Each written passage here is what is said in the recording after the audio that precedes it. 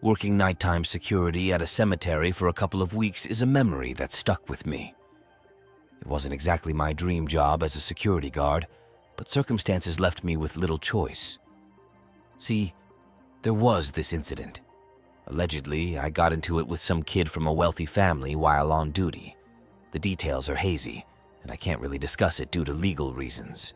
So let's leave it at that. Anyway, the agency I worked for basically gave me an ultimatum: take the transfer to the cemetery gig or hit the road, and losing my job wasn't an option I was ready for. Now, the cemetery itself was a piece of history, the oldest in the city. But recent grave robberies had the place on edge, hence the need for nighttime security. In recent history, there had only been 2 instances of grave robbery, both within a couple of weeks of each other. The frequency of these incidents hinted that it might happen again. Apart from the daytime staff, I was the first security guard assigned to the graveyard. That meant I had no predecessors to give me the lay of the land or advise me on what to expect. On my first night, I found myself doing a lot of rounds around the burial grounds, trying to desensitize myself to the eerie darkness. Ironically, it only seemed to make things spookier. During one of my walks, I stumbled upon a grave that had been robbed. It had already been refilled, though the grass hadn't yet grown back over it. The marker was worn down, but I could make out that it belonged to a woman who had lived to a ripe old age. After paying my respects, I continued on my rounds without giving it much thought. For the next few nights, nothing out of the ordinary happened. It turned out to be one of the more uneventful starts to a job that I've experienced. See, I was used to wrapping up my shifts around 4 or 5 a.m., but now I was stuck in the graveyard from 8 p.m. to 8 a.m. 3 nights a week. Suffice it to say, the schedule didn't sit well with me.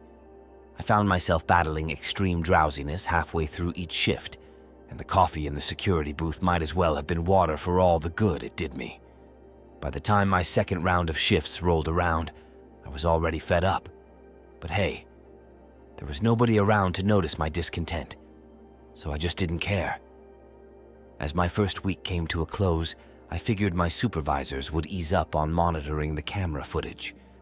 So instead of struggling to stay awake when I was exhausted and nothing was happening, I allowed myself to sleep whenever I felt like it. I didn't think the grave robbers would dare to come back for a third time once they knew I was on duty. And honestly, I didn't feel guilty about taking advantage of the situation to catch up on some sleep, especially considering the agency's treatment of me. However, there was one party who took issue with my on-the-job napping. On my final night there, worn out from previous shifts, it didn't take long for me to start dozing off in my chair. I actually drifted into a deep enough slumber to start dreaming. I can't recall the beginning of the dream, but at some point it took a sudden turn into a nightmare. I had laid down, expecting to relax, maybe even dreaming of getting a massage or something soothing. But then, out of nowhere, I felt this intense pain in my stomach. I screamed, only to open my eyes and find an elderly woman looming over me, shovel in hand, digging into my abdomen and tearing out my insides. I was paralyzed, unable to move as I watched her gut me. It was the most vivid dream I've ever experienced. Thankfully, I managed to jolt myself awake. I woke up with a start, my heart racing.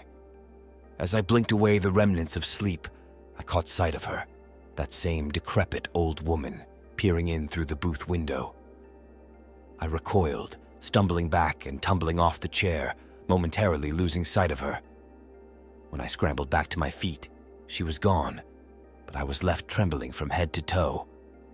The thought of venturing out there filled me with dread, but it was my duty to investigate any potential trespassers. Frankly, I didn't feel any safer being a sitting duck in the toll booth.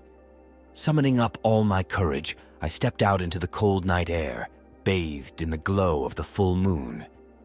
With trembling hands, I switched on my flashlight, casting its beam in every direction. At first, I saw nothing, but then my heart lurched as I spotted a figure lurking at the edge of the property, near the trees. I called out to them, but there was no response. For a moment, I had to tear my gaze away as I heard rustling in the bushes behind me. Thankfully, it was just a possum, startled into a hasty retreat by my voice.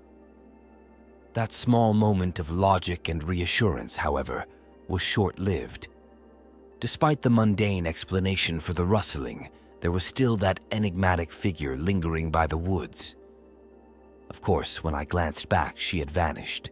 I couldn't wrap my head around how such a frail, elderly woman could cover so much ground, but without really thinking, I found myself marching toward the spot where I had last seen her. Traversing the entire graveyard to reach the back of the property, I couldn't shake the feeling of being watched.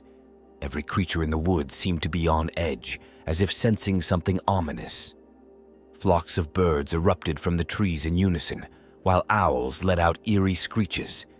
Even a pack of coyotes in the distance seemed to be going haywire.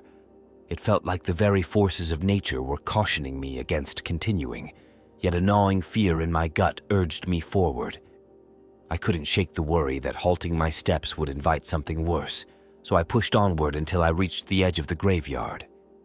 Sweeping the area with my flashlight, I called out to the figure I had glimpsed, but there was no response.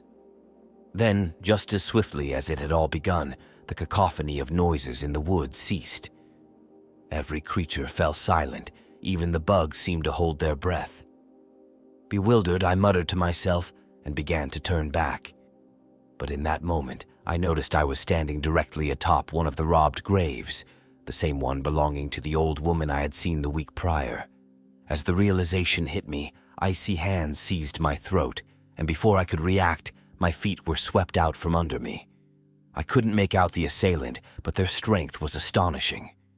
They relentlessly slammed my face into the freshly disturbed soil over and over again, until I was on the brink of losing consciousness from lack of air. Then, just as suddenly as it had begun, it stopped. The rough grip on my throat vanished in an instant. Panicked, I scrambled to my feet, scanning the area frantically, but there was no sign of anyone. It was as if I had imagined the entire ordeal, but it felt all too real. Whatever had attacked me had left me shaken to my core. That night, I didn't stick around to finish my shift. I bolted to my car with my pride wounded, and I quit the job on the spot. But that event has lingered with me ever since. Over the years, I've tried to make sense of what happened. I've come to believe that the spirit of the old woman whose grave was robbed wasn't pleased with my negligence. She took matters into her own hands to ensure I never slacked off again. I've never been one to believe in superstitions, but this experience forced me to reconsider.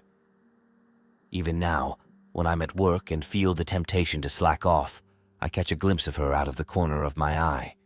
It's a split-second reminder of the lesson she taught me.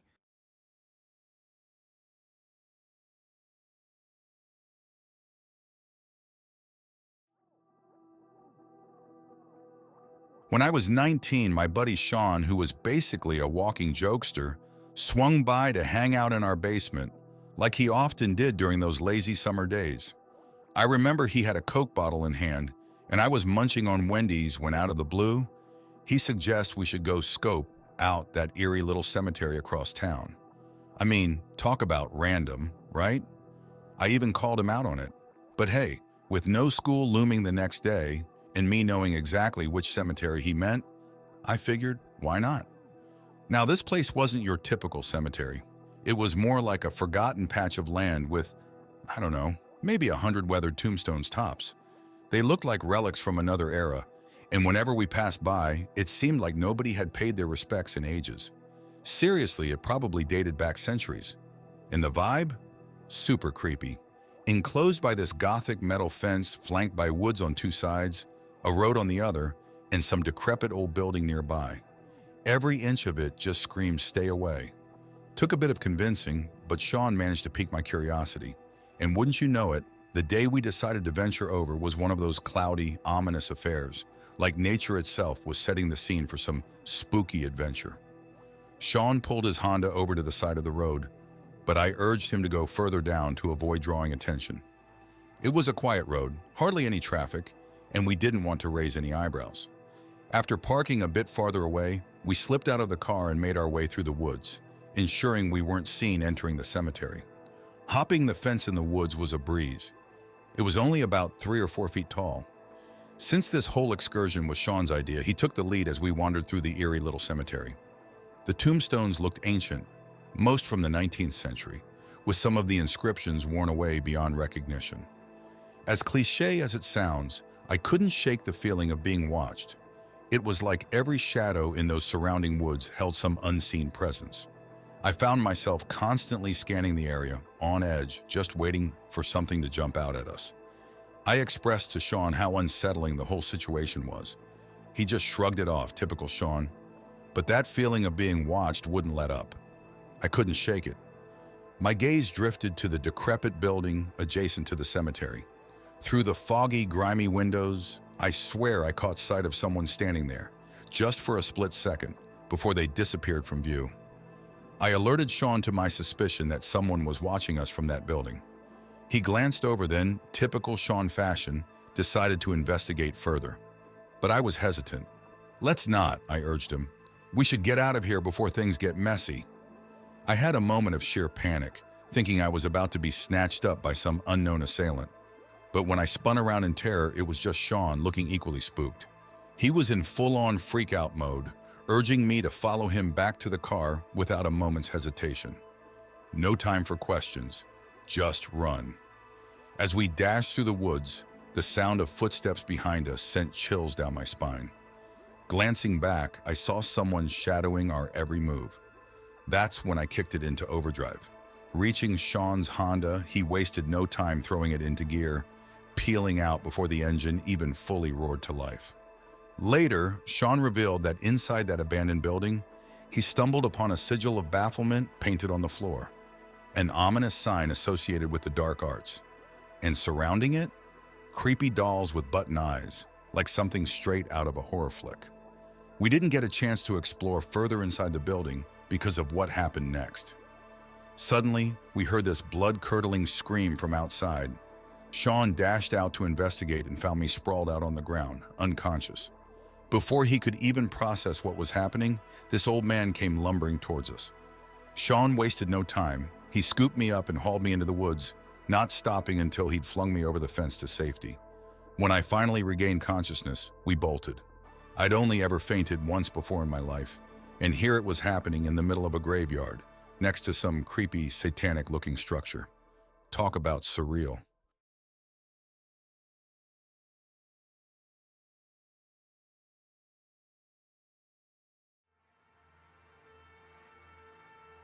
In my mid-30s, around a decade ago, I had a stint as security personnel at a cemetery.